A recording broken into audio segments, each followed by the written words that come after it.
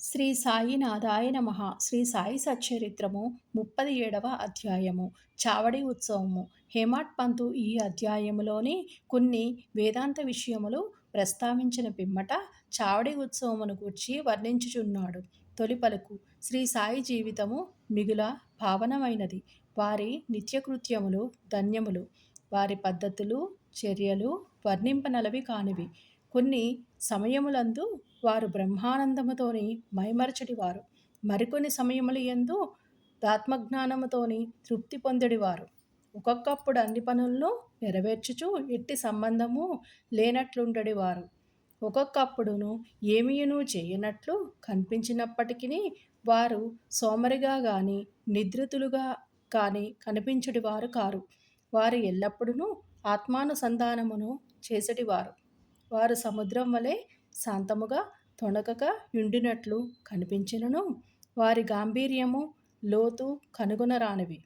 వర్ణనాతీతమైన వారి నైజము వర్ణింపగలవారెవ్వరును. పురుషులను అన్నదమ్ముల వలె, స్త్రీలను అక్క చెల్లెళ్ల వలె, తల్లుల వలె చూచుకొనడివారు. వారి శాశ్వత స్థలిత బ్రహ్మచర్యము అందరూ ఎరిగినదే. వారి సాంగత్యమున మనకు కలిగిన జ్ఞానము మనము మరణించు వరకును నిలుచుగాక. ఎల్లప్పుడూ హృదయపూర్వకముకు భక్తితోని వారి పాదములకు సేవ చేసెదముగాక. వారిని సకల జీవకోటి యందు చూచెదముగాక. వారి నామమును ఎల్లప్పుడూ ప్రేమించెదముగాక. వేదాంత సంబంధమైన దీర్ఘోపన్యాసము చేసిన పిమ్మట హేమాడ్ పంతు చావడి ఉత్సవమును వర్ణించుటకు మొదలెడెను. చావడి ఉత్సవము. బాబా శయనశాలను ఇదివరకే వర్ణించితిని. వారు ఒకనాడు మసీదులోను ఇంకొకనాడు చావడిలోను నిద్రించుచుండిరి. మసీదుకు దగ్గరలోనే చావడి 2 గదులతోని ఉండెడిది. బాబా మహాసమాధి చెందు వరకు ఒకరోజు మసీదులోని ఇంకొక రోజు చావడిలోను నిద్రించుచుండిరి.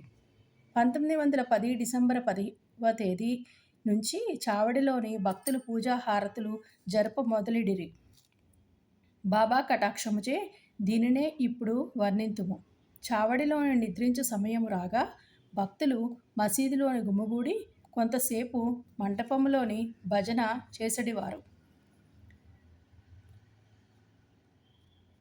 భజన బృందం వెనుక రథము, కుడివైపు తులసి బృందావనము, ముందర బాబా, వీని మధ్య భజన జరుగుచుండెను.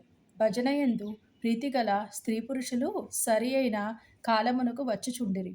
కొందరు తాళములు, చిరతలు, మృదంగము, కంజిర, మద్దెలలు పట్టుకొని భజన చేయుచుండెడివారు. సూదంటురాయి వలె సాయిబాబా భక్తులందరినీ తమ వద్దకు ఈడ్చుకొనడివారు.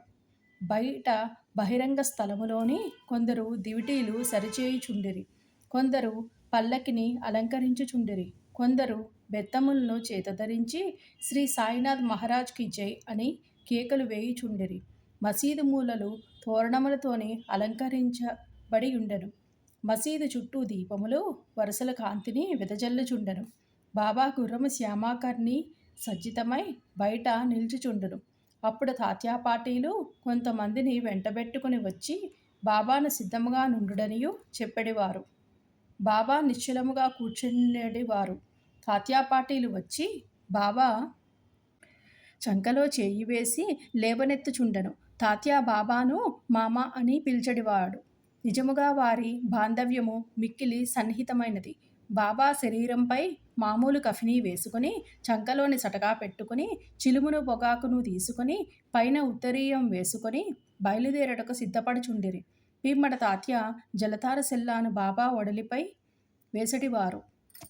అటుపిమ్మట బాబా తన కుడిపాదము బ్రొటనవ్రేలుతోని దునిలోని కట్టెలను ముందుకు త్రోసి కుడి చేతితోని మండుచున్న దీపములను ఆర్పి చావడికి బయలుదేరడివారు.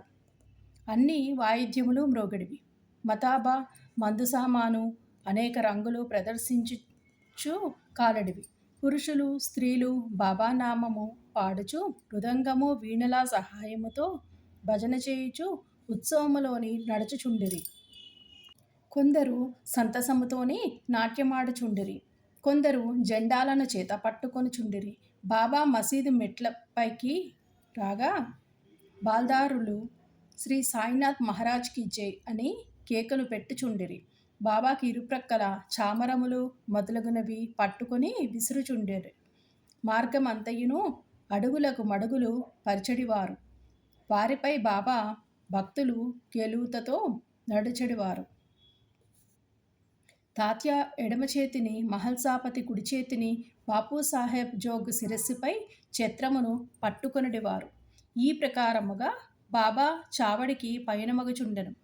బాగుగాను పూర్తిగాను అలంకరించిన ఒక్క ఎర్ర గుర్రము శ్యామకర్ణ దారి తీయుచుండెను. దాని వెనుక పాడెడివారు, భజన చేయువారు, వాయిద్యములు మ్రోగించువారు, భక్తుల సమూహముండెడిది. హరినామ స్మరణతోనూ బాబా నామస్మరణతోనూ ఆకాశము బ్రద్దలగున్నట్టులా మారు మ్రోగుచుండెను. ఈ మాదిరిగా శోభాయాత్ర మసీదు మూల చేరుసరికి ఉత్సవములోని పాల్గొను వారందరూ ఆనందించుచుండిరి. ఈ మూలకు వచ్చేసరికి బాబా చావడి వైపు ముఖము పెట్టి నిలిచి ఒక విచిత్రమైన ప్రకాశముతో వెలుగడివారు. వారి ముఖము ఉదయ సంధ్య వలె లేదా బాలభానుని వలె ప్రకాశించుచుండెను.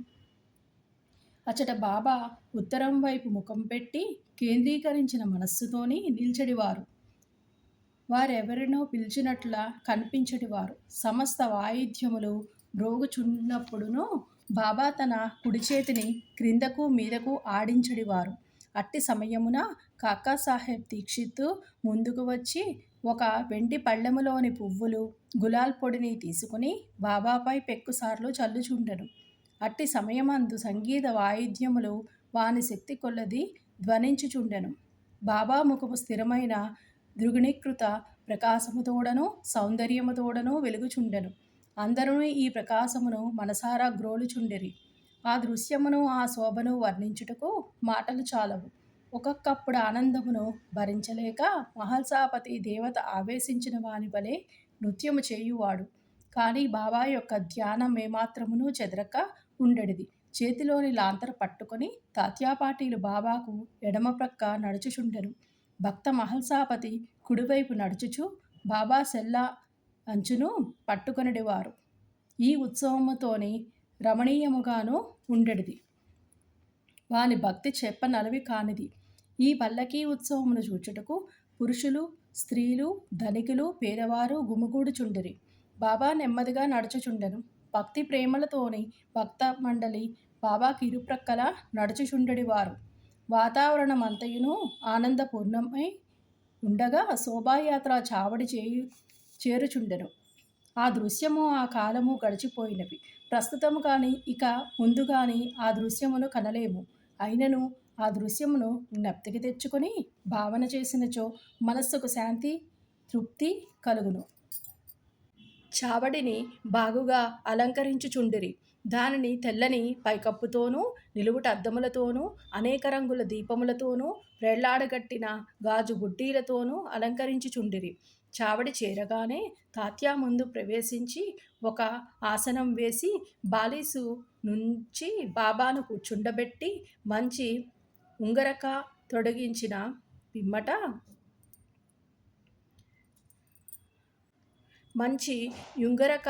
తొడిగించిన పిమ్మట భక్తులు బాబాను 1000 విధములుగా పూజించుచుండిరి. బాబా తలపై తురాయి కిరీటమును పెట్టి పువ్వుల మాలలు వేసి మెడలో నగలు వేయుచుండిరి. ముఖమునకు కస్తూరి నామమును మధ్యలోని బొట్టును పెట్టి మనస్ఫూర్తిగా బాబా వైపు హృదయానందకరముగా చూచెడివారు. తలపై కిరీటము అప్పుడప్పుడు తీయుచుండెడివారు. లేనిచో బాబా దానిని విసిరివైచుననియు వాని భయము. బాబా భక్తుల అంతరంగమును గ్రహించి వారి కోరికలకు లొంగియుండెడివారు. వారు చేయుదానికి అభ్యంతరం పెట్టువారు కాదు. ఈ అలంకారముతోని బాబా మిక్కిలి సుందరముగా కనిపించుచుండిరి. నానాసాహెబ్ నిమోన్కర్ గిరున తిరుగు కుచ్చుల ఛత్రమును పట్టుకొనుచుండెను. బాపూసాహెబ్ జోగ్ ఒక వెండి పళ్ళెములోని బాబా పాదములను కడిగి ఆర్ఘ్యపాద్యములు అర్పించి చేతులకు గంధము పూసి తాంబూలమునిచ్చుచుండెను. బాబా గద్దెపై కూర్చుని ఉండగా తాత్యా మొదలగు భక్తులు వారి పాదములకు నమస్కరించుచుండిరి. బాలీసుపై ఆనుకొని బాబా కూర్చుని ఉండగా భక్తులు ఇరువైపులా చామరములతోనూ విసిన కర్రలతోనూ విసురుచుండిరి. అప్పుడు శ్యామ చిలుమును తయారు చేసి తాత్యాకు ఇవ్వగా అతనొక పీల్పు పీల్చి బాబాకిచ్చుచుండెను. బాబా పీల్చిన పిమ్మట భక్త మహల్సాకు ఇచ్చడివారు. తదుపరి ఇతరులకు లభించుచుండెను. జడమగు చిలుము ధన్యమైనది. మొట్టమొదట అది అనేక తప్ప పరీక్షలకు ఆగవలసి వచ్చెను. కుమ్మరులు దాన్ని తొక్కుట, ఎండలో ఆరబెట్టుట, నిప్పులో కాల్చుట వంటివి సహించి తుదకు అది బాబా ముద్దుకు హస్తస్పర్శకు నోచుకొన్నది. ఆ ఉత్సవం పూర్తి అయిన పిమ్మట భక్తులు పూలదండలను బాబా మెడలోని వేసిడివారు. వాసన చూచుటకు పువ్వుల గుత్తులను చేతికిచ్చేవారు. బాబా నిర్వ్యామోహము అభిమాన రాహిత్యముల కవతారమొగట చేత ఆ అలంకారములను గాని మర్యాదలను గాని లెక్క పెట్టువారు కారు. భక్తుల యందుగల అనురాగముచే వారి సంతుష్టి కొరకు వారి ఇష్టానుసారము చేయుటకు ఒప్పుకొనుచుండిరి. ఆఖరుకు బాపు సాహెబ్ జోగు సర్వలాంఛనములతోని హారతినిచ్చువాడు. హారతి సమయమున బాజా భజంత్రి మేళతాళములు స్వేచ్ఛగా వాయించువారు. హారతి ముగిసిన పిమ్మట భక్తుల ఆశీర్వాదమును పొంది బాబాకు నమస్కరించి ఒకరి తరువాత ఒకరు తమ తమ ఇండ్లకు పోవుచుండిరి. చిలుము అత్తరు పన్నీరు సమర్పించిన పిమ్మట తాత్యా ఇంటికి పోవుటకు లేవగా బాబా ప్రేమతో అతనితోని ఇట్లనును: నన్ను కాపాడుము, నీకిష్టమున్నచో వెళ్ళుము, కానీ రాత్రి ఒకసారి వచ్చి నా గూర్చి కనుగొనుచుండుము. అట్లనే చేయుదుననియు తాత్యా చావడి విడిచి గృహమునకు పోవుచుండెను. బాబా తన పరుపును తానే అమర్చుకొనువారు. 50-60 దుప్పట్లను ఒకదానిపై ఇంకొకటి వేసి దానిపై నిద్రించువారు. మనము కూడా ఇప్పుడు విశ్రమించదము. ఈ అధ్యాయమును ముగించకముందు భక్తులకొక మనవి. ప్రతిరోజు రాత్రి నిద్రించుటకు ముందు సాయిబాబాను వారి చావడి ఉత్సవమున జ్ఞప్తికి తెచ్చుకొనవలయును. శ్రీ సాయినాథాయ నమః. 37వ అధ్యాయము సంపూర్ణము. సద్గురు శ్రీ సాయినాథార్పణమస్తు. శుభం భవతు. 5వ రోజు పారాయణము సమాప్తము.